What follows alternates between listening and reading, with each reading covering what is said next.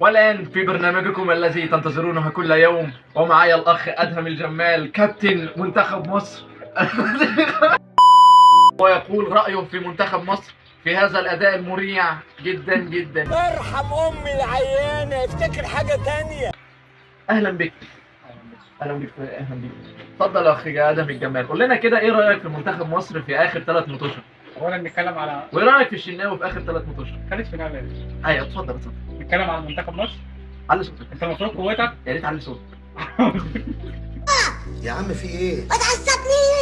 قوة منتخب مصر خط الهجوم بتاعه موجود فيه صلاح وتريزيجيه، في مرموش وفي مصطفى محمد. الدفاع عندك انت بتلعب بحجازي ومحمد عبد المنعم. في الماتش اللي فات كان احمد فتوح ومحمد هاني. اولا لما تيجي تتكلم على محمد هاني، لاعب دفاعيا في ال3 ماتشات ما كانش بنفس كواليتي محمد هاني يا ابني. احمد حجازي باين عليه في ال3 ماتشات وبالذات اول ماتشين ان هو بيلعب متحمل على نفسه، لانه كان لسه خارج من الاصابه ما لحقش يكمل الاستشفاء بتاعه. محشي لا، سوشي لا، شاورما لا، فتة لا، فاهيتا لا، طب تاكوز ولا سلطة، طب برجر ولا سي فود، طب مناقيش، طب بس. محمد عبد المنعم وصل أحسن 3 يمسكوا القوة الهجومية. كان خط هجوم أيوه معروفه. صلاح لو قبل الاصابه بس ابو رجل ورجل صح؟ بالنسبه لاداء صلاح ابو رجل ورجل محمد صلاح برجل ورجل ماشي. كل الاجوان اللي جت يا اما من اداء فردي من لعيبه او اداء ثنائي ما بين لاعبين. هنا انا ساكت طول الفيديو. لا مش هسكت عليها يا جماعة، مش كده. خلي في دور ما زي اتناقش معايا، قول لي انت ايه يا عم، اتناقش معايا يا اخي. كاداء صلاح بص، هو انت رغيت كتير بس المجمل بتاع الكوارترو ان المنتخب زي الخرا. المنتخب زي الخرا. وايه اللي احنا نعمله عشان نصلح المنتخب يا كابتن ادهم الجمال؟ اولا كخطه الدفاعيه قول لي 1 2 3 يعني. انت بقيت البطوله انت مش هتلعب بصلاح. صلاح كده لا خلاص كده صلاح ريح. المفروض كابتن المنتخب حتى لو عندك اصابه لا تنعالج هنا، بيقول لك ناقص معدات زي خلاص يا باشا كل انت طيب. بالظبط زي ما الراجل قال. مبقاش في وطنيه. حاجة زي الفل وبارك الله فيك. 2018 لما كنت مصاب بخلع في الكتف بتاعك، الدكتور من ليفربول يعالجك في روسيا في 2018 في كاس العالم. هل كاس العالم ما كانش فيه دكاتره؟ ما تفهمش. دي روسيا. هل دكاتره. هل الميداليكاتيه اللي هناك حلوين ايديهم دعمه؟ الميداليكاتيه صلاح يحب الميداليكاتيه الانجليز، ما يحبش الروس. كده كده مش انا عايزك تخش في محمد النني بقى. صلاح كده كده مش هيلعب. عندك خط الدفاع. اولا انا مش فاهم ليه ما استدعاش احمد اسمه ده احمد ياسر. اسمه ايه؟ احمد ياسر. ياسر ابراهيم. ياسر ابراهيم. ليه بس عايز ياسر ابراهيم؟ الدفاع اولا ما ينفعش تعتمد على حجازي 90 دقيقه لانه مش هيعرف يأديك. هو لو جسم على جسم حجازي من نوع اللعيبه الرجاله اللي هو هيموت نفسه على الكوره، ولكن جري وفي مساحات وكوره مرتده والليله ديت حجازي مش هيعملها. تيجي تتكلم على محمد عبد المنعم واخد ثقه زايده، المفروض يهدى على نفسه شويه.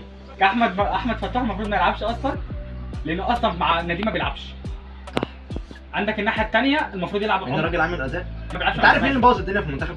يعني هو خط الوسط عندنا تحسه كده يعني مش بقى عايز شويه بالانس كده، تحس ان يعني اللي هو الخط الوسط المدافع خط النص بس ميت. خط اولا انت ما عندكش لاعب دستورير اللي هو محط من هجمات، مش موجود عندك في المنتخب. مش عندنا خط.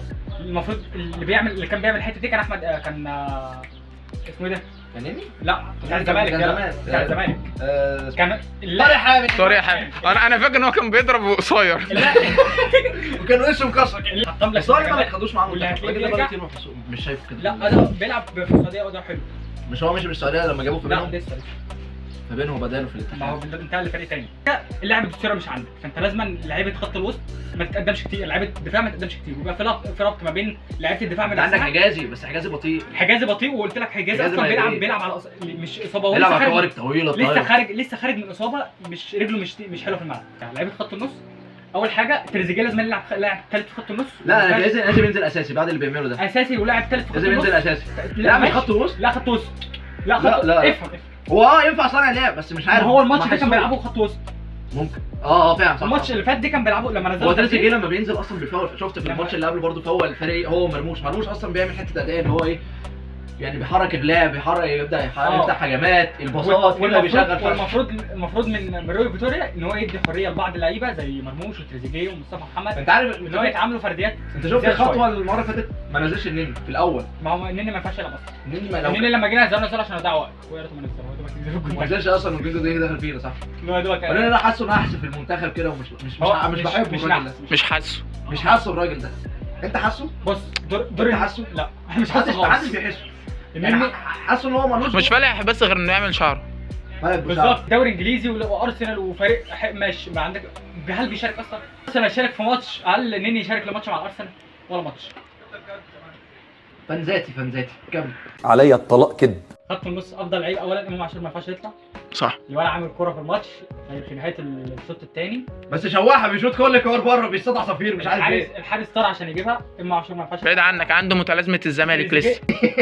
تريزيجيه اساسي ما ينفعش ما يطلع، ما ينفعش يقعد دكه، يلعب لاعب ثالث خط النص.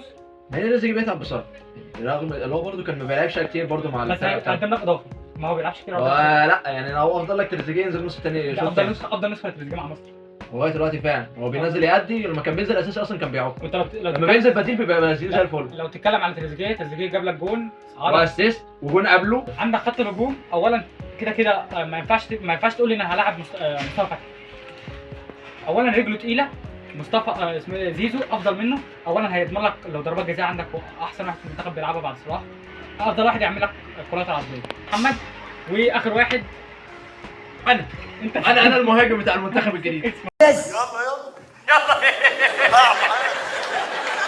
عندك لعيب الدوري الالماني. عندك بالنسبه لمرموش المفروض يديله حريه اكتر في التحرك.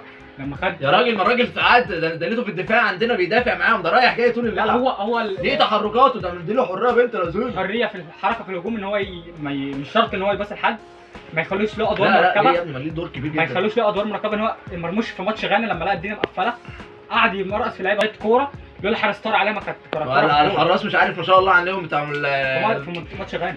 لا الحراس عندهم بيتألقوا قدام مرموش، بس الكور بتبقى انت لذينه. شفت الكور اللي كانت هتيجي في اللي هو ال 90 دي؟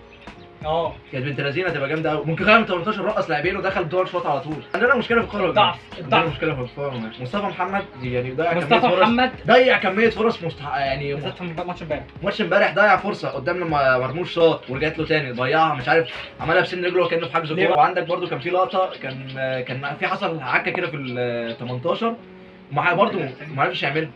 هو مش بيشوط يعني، عايز يشوط ويجيب ما بيركنهاش على الجنيه المارشين، بيشوطها في الحارس مش عارف ليه. مصطفى محمد متعود ان هو بيلعب جنب صلاح.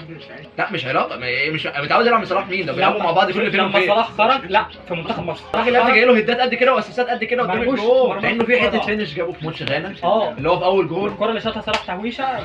لا صلاح مش عارف قرشت منه، قرشت من صلاح. هو نزل خدها على طول استلمها وراح عادلها. لا ما هو مصطفى محمد يعني ساعات يعني يجي لك في الكور الصعبه قوي يجيب جول، الكور السهله يضيعها لك. يعني شفت الكوره بتاعت الكونغ اللي عملها من تريزيجيه دي صعبه اصلا تعملها. وبرده بيعمل كور غريبه كده، بيرمي نفسه جسمه هناك عشان يجيبها.